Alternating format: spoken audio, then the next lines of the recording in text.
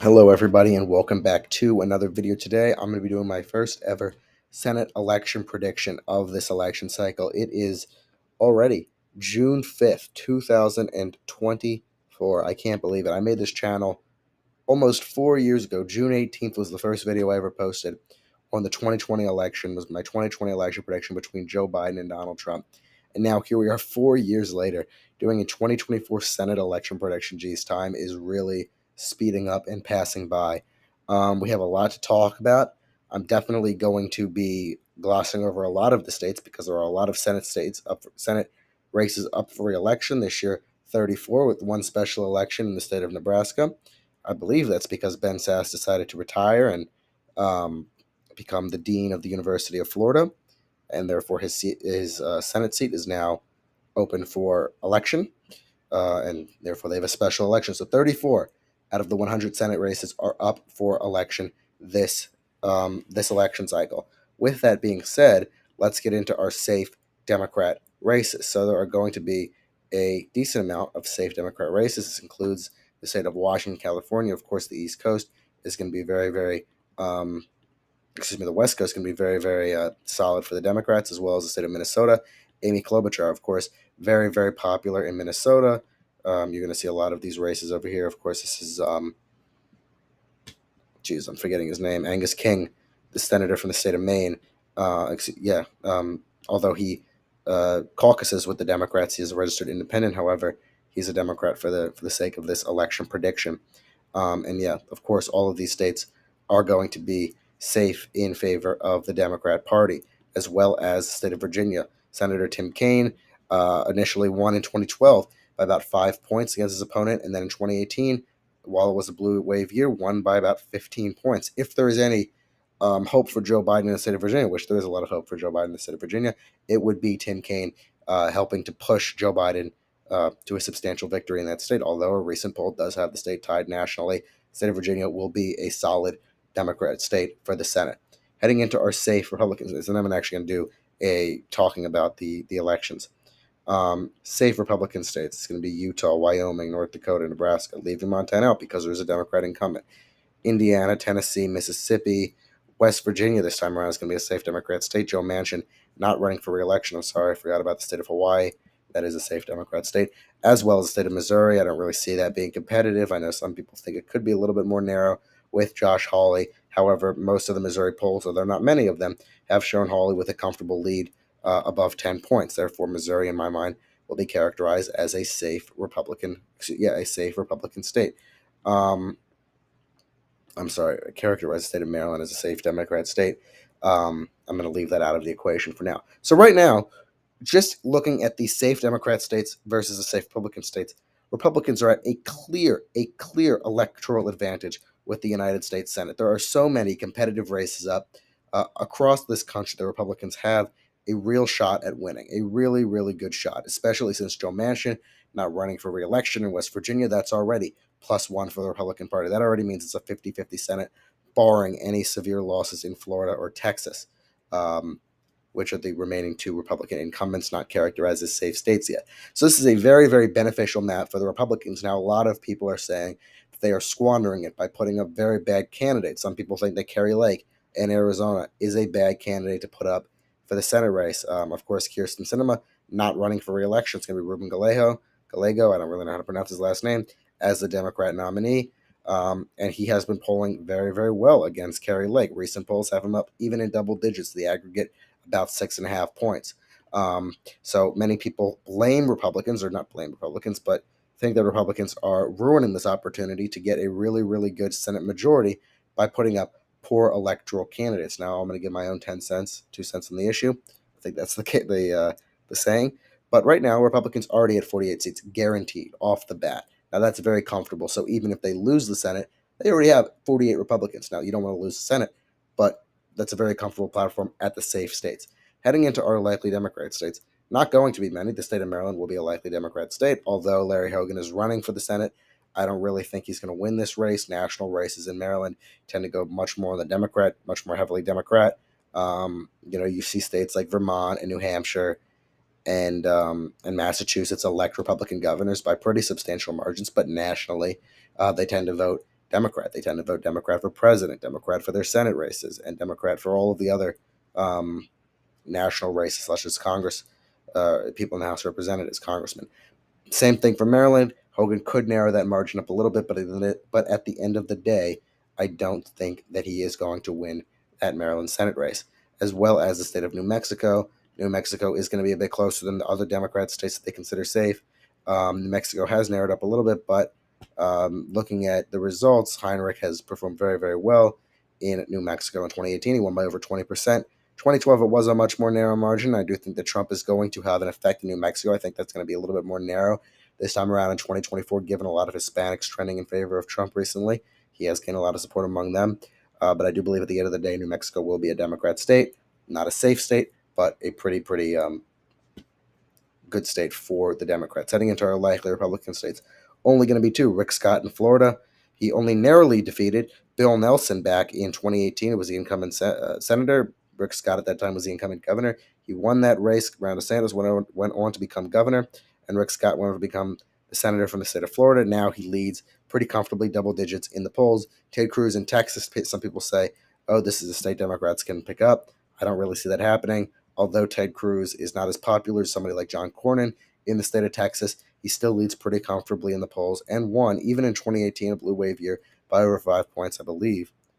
Actually, no, that's incorrect. Against Beto O'Rourke, he won by a much smaller margin, but he still won that race in Texas, even in that sort of scenario. 2024 is a completely different scenario, and given Trump's on the ballot, given Hispanic trends, Republicans will win the state of Texas. That gives Republicans 50 senators.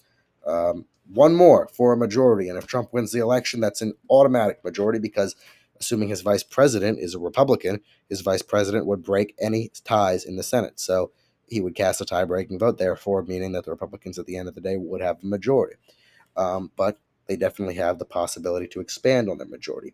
Looking at our lean Democrat states, the state of Pennsylvania is going to be a lean Democrat state. Bob Casey, pretty popular in the state of Pennsylvania. He leads in all of the most recent polls. I don't really think that McCormick has led in a single poll in Pennsylvania in a very long time.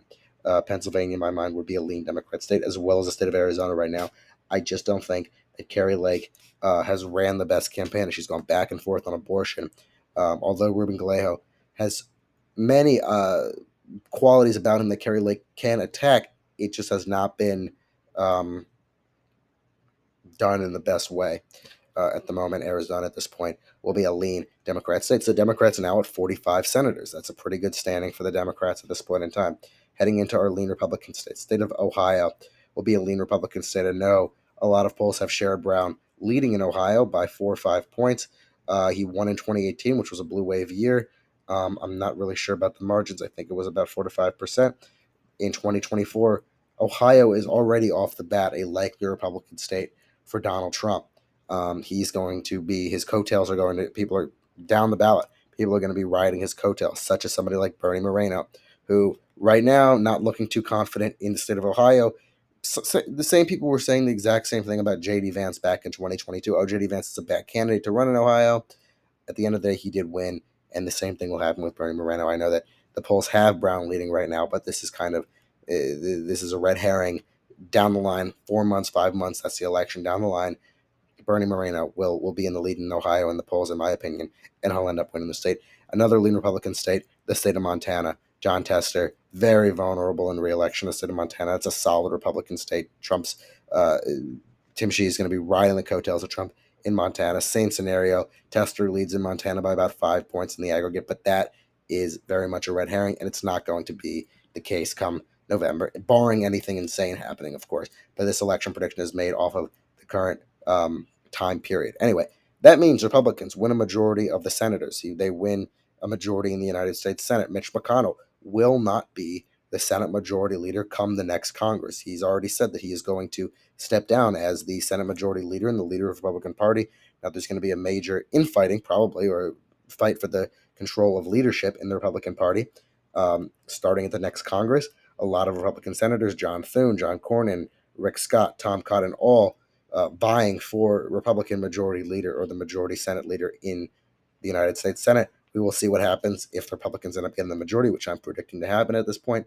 But that's going to be another interesting thing to talk about come early 2025 when McConnell eventually steps down, or Republican leadership elections actually take place in the end of November. But when Republicans finally take the majority in the Senate, given or if this ends up happening, then that will actually come to fruition, and the Republican leader will become the Senate Majority Leader. With that being said, we have three more states to characterize. They will be characterized in the um, tilt scenarios. So right now, Tammy Baldwin leads pretty substantially in the state of Wisconsin, while Donald Trump against Joe Biden is doing pretty well. However, Tammy Baldwin has consistently done well nationally in the state of Wisconsin. Even if Donald Trump, in my mind, he'll end up winning the state of Wisconsin, wins Wisconsin, I still see Tammy Baldwin hanging on there. I think that she's going to narrowly win the state of Wisconsin. She did well in 2018, though. This is a completely different scenario. 6 years down the line, it's not a blue wave election year. But I do believe that at the end of the day, she will hang on to that race. She's popular. She's now, this is how politics is played. They're not going to the Tammy Baldwin, John Tester, all of these vulnerable Democrat senators up for reelection are not going to Joe Biden's commencement speech, or didn't go to Joe Biden's speech on his new immigration policy. They're trying to stay away from Joe Biden. This is what they do because they run moderate campaigns. Now, maybe at the end of the day in the Senate, same thing for Republicans, Democrats, both. They vote very liberally or very conservatively. Tammy Baldwin, a very liberal senator. She is a liberal senator. Sherrod Brown, a very liberal senator. John Tester, a very liberal senator.